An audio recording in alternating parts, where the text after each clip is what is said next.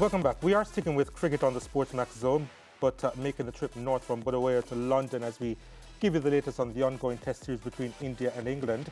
Now, newly appointed Indian skipper Shubman Gill and his men rallied to beat the hosts by a mammoth 336 runs in the second test at the weekend, drawing level at one apiece in the five-match series. However, with all of 10 centuries being scored between the two teams in the first two encounters, which have produced an average first inning score of 483 runs, eyes have been inevitably drawn to the nature of the pitches, even more so after the visitors amassed 587 in the first innings of the second test at Edgbaston, which they followed up with 427 for 60 cleared.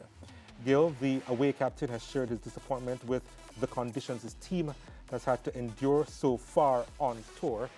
I don't know what it is, weather, pitches or whatever, but it gets very difficult for the bowlers to get wickets. I think there should be a little help at least if the ball is doing something you enjoy playing. If you know there's only 20 overs of any help and then you have to spend the rest of the day on the defensive thinking how to stop runs, then the game loses its essence even more than the pitch. The ball is going soft and out of shape very quickly.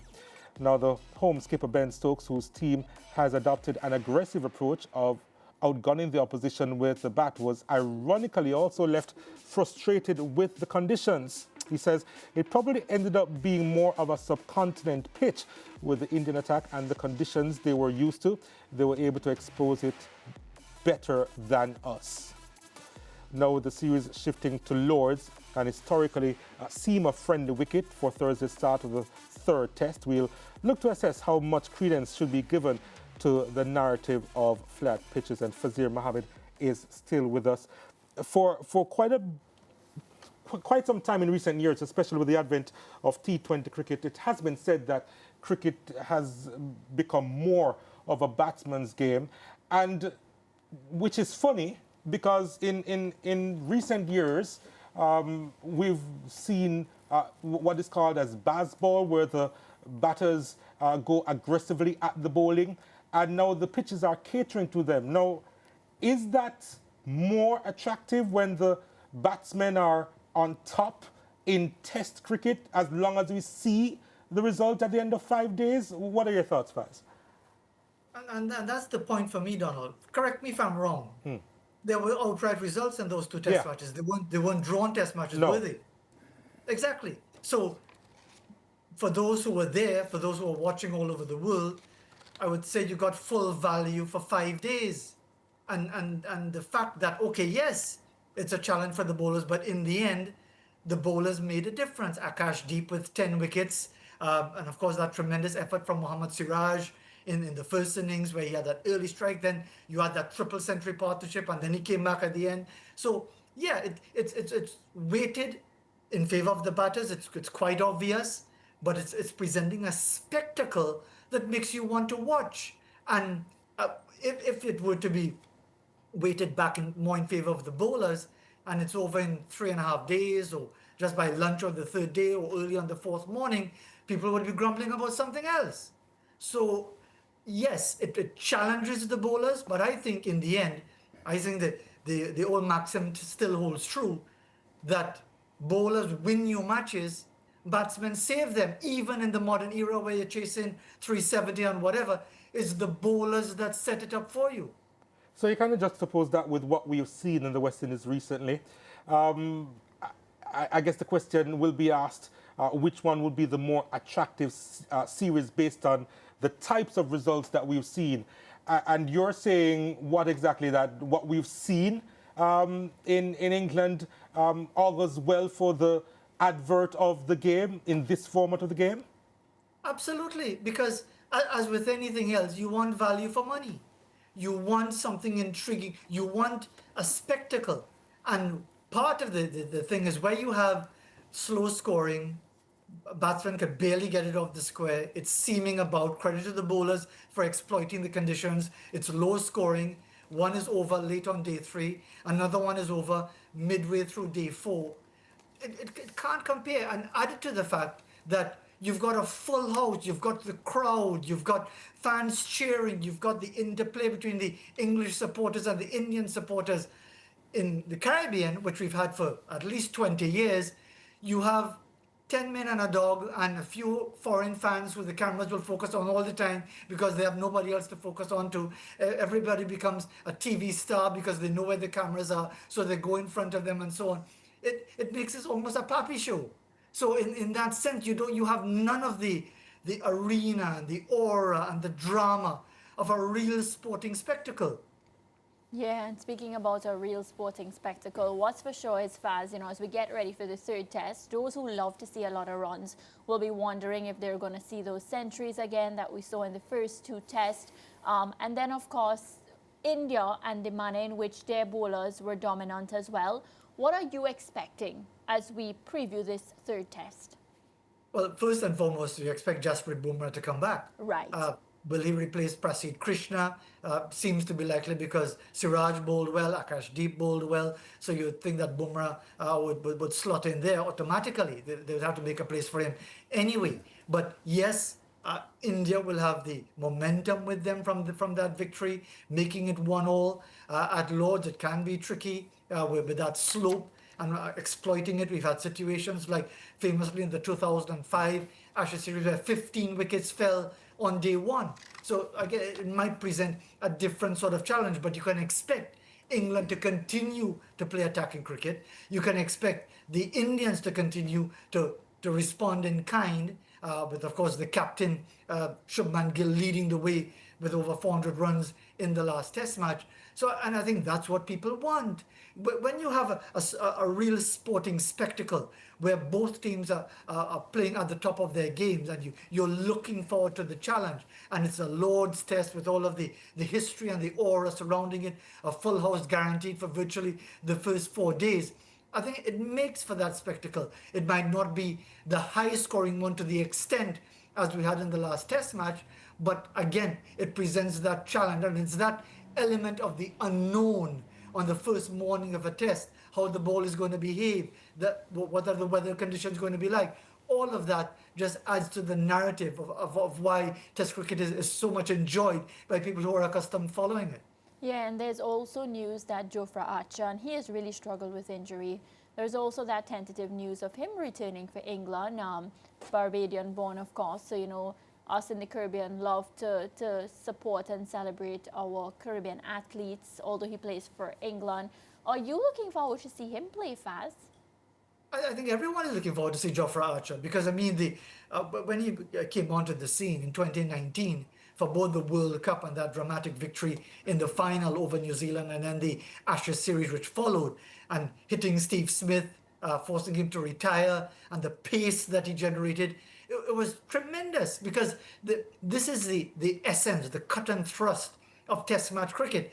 Genuine quick bowlers or world-class spinners. That element of fear, that element of danger is what competitive sport is all about. And yes, health and safety are now paramount, and we fully understand why.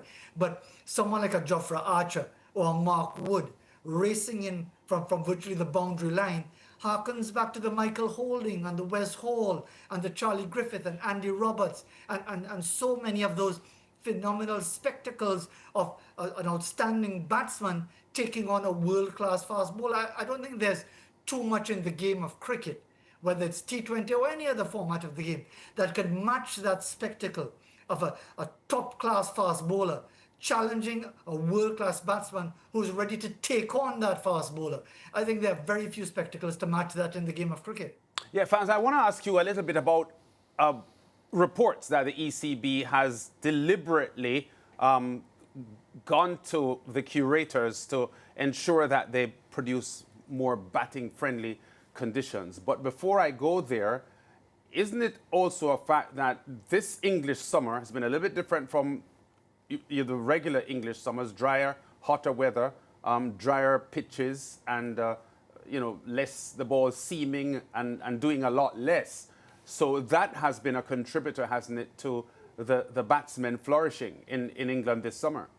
Indeed, and it's been extremely hot. I think they're expecting a third heat wave to hit anytime soon. It's already in continental Europe, where they've actually had to shut down some of the famous tourist sites like the Acropolis in Athens because it's 42 degrees Celsius. And yes, you're going to have baked, flat pitches if you have those sort of weather conditions.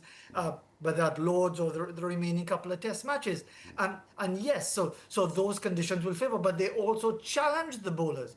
You talk to some of the great fast bowlers and they tell you, yes, it might be flat in India, yes, it might be flat somewhere else, but you have work to do. You have your job to do. And to answer your question, Lance, about the instruction or whether it's rumored or is about the ECB saying to present those sorts of flat run scoring pitches, but you know they're going to pay the price when they go somewhere else. Because that to me is very short-sighted, very narrow-minded, because it speaks to the entertainment value, which is fine. But then if you want to talk about going to Australia and it's flying off a length in Perth or seaming about at the Gabba under lights and your batsmen are suddenly found wanting, you've helped to create that situation by making them comfortable just walking down the track and playing through the line. Whereas in South Africa, or it's a raging turner in India, or as I said, it's a fast bouncy track in Australia, they may lack the wherewithal to be able to adjust.